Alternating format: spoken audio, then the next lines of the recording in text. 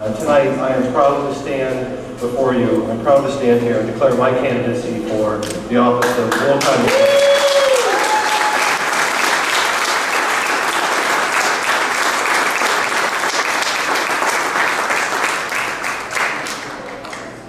Walsh County is a wonderful community. It's a wonderful community with a unique identity in the Chicagoland region. It's a tremendous place to live, a tremendous place to work and raise a family. We have incredible resources in our people, our infrastructure, and our geography. Our county is rich in history, with a strong workforce and a shared commitment to maintain the fundamentals that make up a solid community. Things like hard work, strong family values, and putting the basics first. And while we've seen prosperity, I really believe Walsh County's best days are ahead of us. I say this because I know you and so many others in Walsh County shared with me the belief that our local government and our local communities are here to serve, to function conservatively, and to be held accountable. That is the example I intend to set as the Walsh County executive. Remember those days when we used to poke fun in Indiana? You know, it was over there, and we were here, and we had it better. I mean, Illinois was a better place to do business, it was a better place to live, it was a better place to have a job, and we prospered. The tables have turned, haven't they? We may share borders, but our economies are worlds apart. Unemployment in Indiana is significantly lower. Their local and state governments are solvent, and businesses are leaving Illinois for the Hoosier State. And the residents of Indiana are reaping those benefits. But the fact is, we are just as strong, and we are just as capable in Illinois and Walsh County. And if our state officials, and if the county executive in Walsh County won't lead the way, then we will. We'll lead the way.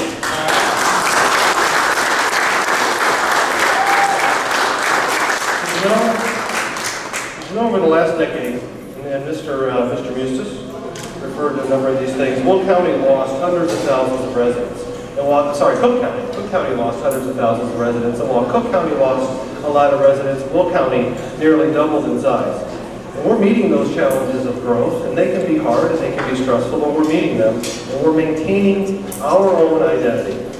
And all the while, Chicago is quietly taking more and more away from you. There is an unmistakable pattern.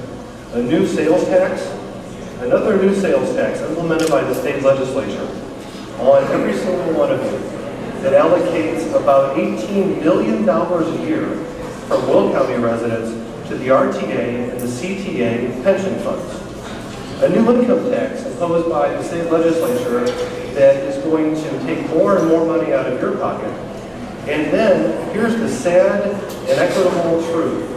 That most of that money doesn't come back to Will County. Most of it goes to Cook County and other places. We're an export county. We send more money out of here than will ever come back. And if this isn't enough, if that wasn't enough, the new congressional map drawn by Chicago politicians makes every effort to make sure your representation in Congress is taken away, and it's replaced by Chicago congressmen. Why are Chicago leaders doing this? Why is it happening? Because Will County is the only place in Illinois that has seen sustainable growth. They take it away from us because they can. We have great opportunity here, but it's up to us to make it happen. We need to bury the politics of yesterday, and we need to retire those who perpetuated it.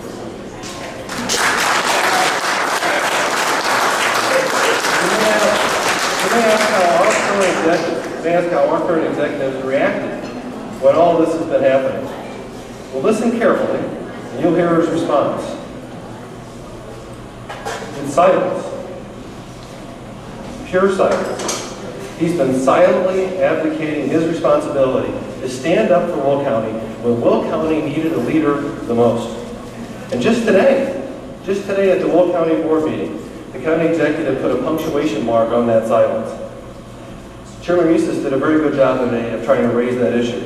And while Jim was explaining how Will County had doubled the population, and Cook County had lost hundreds of thousands of people, but instead, Cook County was gaining congressional representation, and Will County was divided up into small pieces connected to those Chicago congressional districts.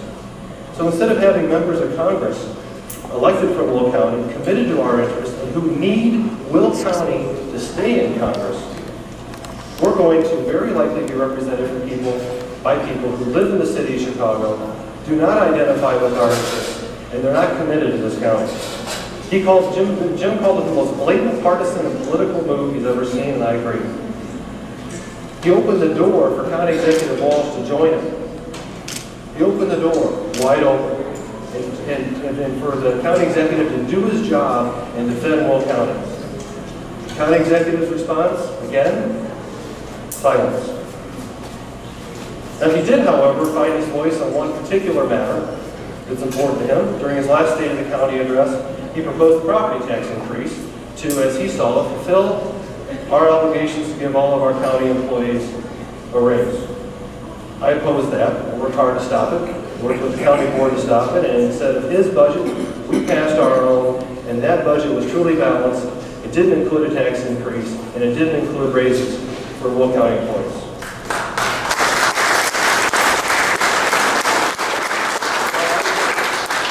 I want to make one thing very clear. We have a great group. We have a great group of employees working at the county. They're dedicated people. They work hard every day. But when the residents of Will County are experiencing near record levels of unemployment or underemployment, when they're happy to keep their jobs, and a pay raise is one of the furthest things from their mind, the county executive ought to well enough be in tune with the residents of his county to know this is not the right time to give one of public employees either. As the president of the Forest Preserve District, I've taken a different route. We did the hard work to pass a balanced budget. We did the hard work to sustain 6% cuts in spending. And while our Forest Preserve employees work really hard, and they are committed to their jobs, especially on days when it's 105 degrees outside, they didn't get a raise in their salaries either for the second year in a row. We are all fortunate to call Will County home. I'm proud of our community. I'm committed to working hard to preserve what we value, to grow our economy, and to be an energetic advocate for our interests. I want everyone, including those who are new to Will County, to get exactly what they expect. Better schools, a more efficient government, a better lifestyle, and thoughtful investment in infrastructure that works. We need an executive who does his job and stands up for Will County. An executive who rails against the policies in Springfield and hurt prosperity. An executive who proudly sees a bright future for Will County and pursues it with great energy and enthusiasm every day.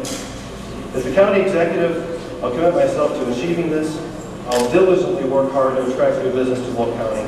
I'll respect and take care of your tax dollars, and I'll continually look for ways to make government more efficient.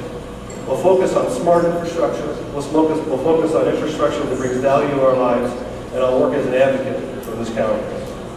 And November 2012 seems like a long way away.